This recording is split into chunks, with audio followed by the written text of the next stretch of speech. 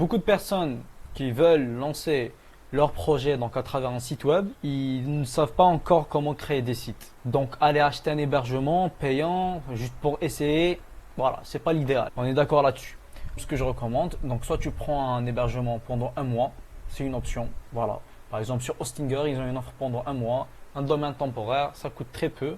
Pourquoi ce serait intéressant de partir sur Hostinger pendant un mois? C'est quand tu termines le site, par exemple, tu dis écoute, c'est bon, ça m'a pris on va dire un mois, je suis prêt à aller faire donc l'héberger pendant une année. C'est très simple pour faire ça, tu upgrades très facilement. Tu n'as rien à transférer d'un ancien site ou d'un truc comme ça. Donc c'est ça l'avantage. C'est pour cette raison que tu peux recommander ça. Deuxième option, c'est héberger ton site web sur des hébergeurs gratuits. L'avantage, c'est que tu puisses donc héberger directement et temporairement donc le site. L'avantage, c'est que tu peux partager ce lien, travailler avec différentes personnes et tout. Donc ça reste intéressant, même si c'est très peu fiable. Donc il faut faire attention. Moi-même quand je travaille sur des sites, c'est vraiment pour bricoler très rapidement avant de passer au vrai hébergement, car voilà, les chances que ça crache sont énormes. Et ça m'a déjà craché et tout, donc faut faire attention. Troisième option, héberger son site web localement sur son ordinateur. Ok, comme justement ce que je vais vous présenter dans cette vidéo, c'est localwp.com. Donc c'est un logiciel que tu vas installer sur ton ordinateur et que ça va te permettre de directement avoir WordPress sur ton ordi et bricoler autant que tu veux. C'est assez fiable. Le désavantage, c'est que tu n'as pas un lien que tu peux partager et tout. C'est pas l'idéal, mais bon. Le deuxième souci, c'est que quand tu vas terminer ce site web là, il faudra le migrer. Ok, donc ça peut prendre un peu de temps et je vais vous expliquer comment le faire. J'ai déjà préparé des leçons, comment migrer un site web d'un ancien hébergeur ou bien localement vers ton hébergeur réel. Je vais vous montrer ça aussi. Mais bon, pour les personnes qui sont convaincues que c'est la meilleure option pour eux, on va voir ça maintenant.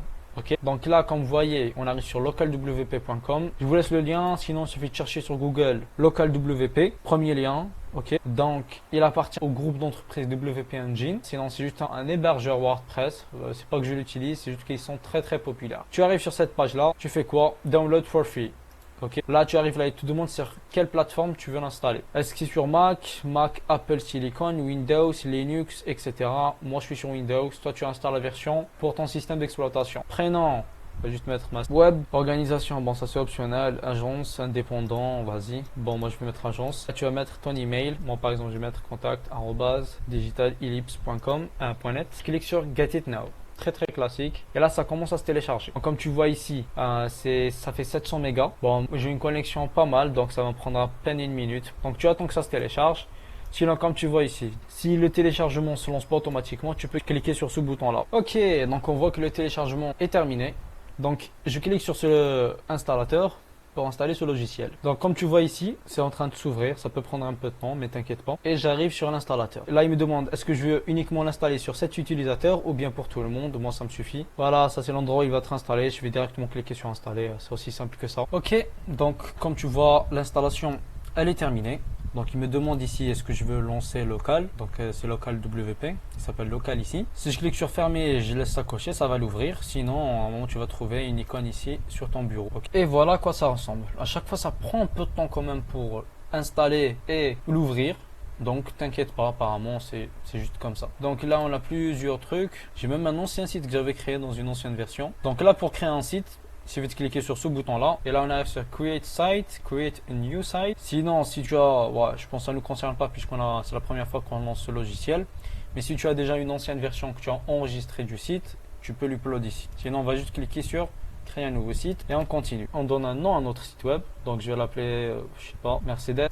Comme si on va créer un site web pour Mercedes. Là si je descends plus bas, et ça c'est juste le nom à quoi ça va ressembler. Donc on touche pas. On clique sur continue. Ça c'est la version PHP. On connaît pas. Donc on clique juste sur la version préférée. Continue. Ah, là on va donner un username à notre compte WordPress. Ok, donc c'est très important d'enregistrer ça. Donc je vais mettre un pseudo et un mot de passe. Donc tu fais de même. Je vais mettre un email ici. Voilà, je clique sur Add Site. Là c'est en train de le créer. Donc on va le laisser faire et on attend que ça se termine. J'ai reçu cette notif. Je vais cliquer dessus et ça va me demander une autorisation de l'ouvrir.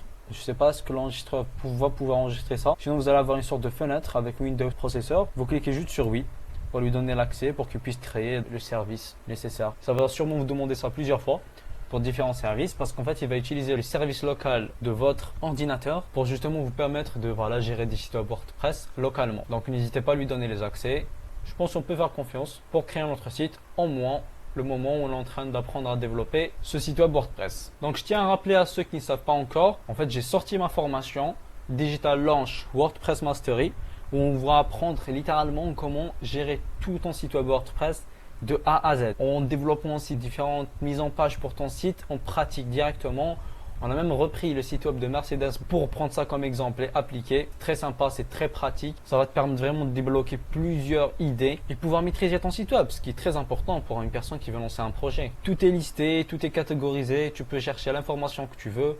En plus de ça, ok, Elementor Pro il est payant, il coûte 80 $. Devine quoi? Quand tu rentres maintenant, tu vas avoir accès à une licence de toute une année pour Elementor Pro, pour ton projet, gratuitement. En plus de ça, actuellement, on a même mis en place une communauté dans cette plateforme Digital Launch où tu pourras poser toutes tes questions, où moi je suis et plusieurs développeurs avec qui je travaille. Ils ont leur propre business et ils peuvent t'aider, répondre à tes soucis, tes blocages, te donner des idées et te motiver et même te tenir responsable de l'avancement de ton projet. Ça, c'est la partie que j'adore le plus. C'est le fait qu'on soit une sorte de groupe et chacun motive l'autre pour avancer. Car je comprends que parfois, quand on est tout seul, on se sent démotivé. Mais quand on est avec le bon groupe, c'est incroyable. Ça te donne une énergie à part. Tu sais que tu n'es pas seul. Tu sais que si tu as un souci, tu as des experts qui sont avec toi. Et si tu veux avancer sur ton projet, je ne peux qu'en te conseiller de juste voir le lien dans la description et voir ce que ça va probablement t'apprendre. Si oui, on se retrouve dedans. Sinon, profite des vidéos gratuites. Il n'y a pas de souci. Et on reprend. Et voilà. Après un bon moment à attendre, il a enfin lancé le site et voici à quoi ça ressemble. J'ai même reçu une notif normalement ici. Voilà, Mercedes-Benz added, donc le site web a été ajouté avec succès. Donc maintenant qu'on a fait ça, on peut soit ouvrir le site ici, soit ouvrir l'admin. Ok, on peut changer quelques paramètres ici, mais je vous recommande pas si vous ne connaissez pas à quoi ça sert. Sinon, donc comme vous voyez ici, il est en vert, l'icône Mercedes-Benz, il est activé. Ok. Si vous voulez stopper le site, qu'il arrête de marcher en arrière-plan, vous pouvez cliquer ici sur Stop Site ou bien c'est le même bouton ici. Donc par exemple, si après vous arrivez sur local et vous le trouvez en rouge, c'est que c'est arrêté. Donc il faut faire attention à le réactiver s'il faut. Par exemple, si je clique ici, voilà, stopping il est en cours et j'arrive ici, je le trouve en gris, je vais cliquer sur Start Site pour le relancer. Donc ça peut prendre quelques secondes normalement, pas plus. Voilà, ça s'est relancé, ça m'a pris on va dire 30 secondes. Je vais cliquer sur Open Site et là comme vous voyez, ça m'ouvre mon site web WordPress qui est pour le moment vide. Mais si je reviens ici, je clique sur WP Admin, ça va m'emmener à l'endroit où je suis censé me connecter. Donc ici username on l'a mis Massy Web, passe, je me rappelle plus et je me connecte. Et voilà, on arrive ici sur la plateforme WordPress et vous pouvez continuer donc la formation ou donc le tutoriel que vous suivez sans aucun souci. Ok, donc là je vois que c'est en anglais par défaut. Je peux juste aller dans les settings et changer ça ici, donc de English. Je vais ici chercher F français. Je clique sur Save et voilà, c'est en français maintenant. Voilà mon ami, j'espère que ça t'a plu. J'espère que ça peut t'aider un peu pour commencer à apprendre WordPress et tout. Ou bien même commencer ton site web directement. Comme je t'ai dit, il faut faire attention parce que c'est local. Donc tu peux pas envoyer ce lien à une personne. Si tu lui envoies, ça va pas marcher. Okay. Si tu veux l'héberger gratuitement, je vais essayer de laisser le lien ici vers donc le tutoriel pour héberger ton site web en ligne et gratuitement. Sinon, il y a aussi Hostinger qui est le super hébergement que j'utilise moi-même et avec tous mes clients et même les personnes que j'accompagne. Voilà pour ce qui est de cette vidéo. On se retrouve bientôt dans d'autres.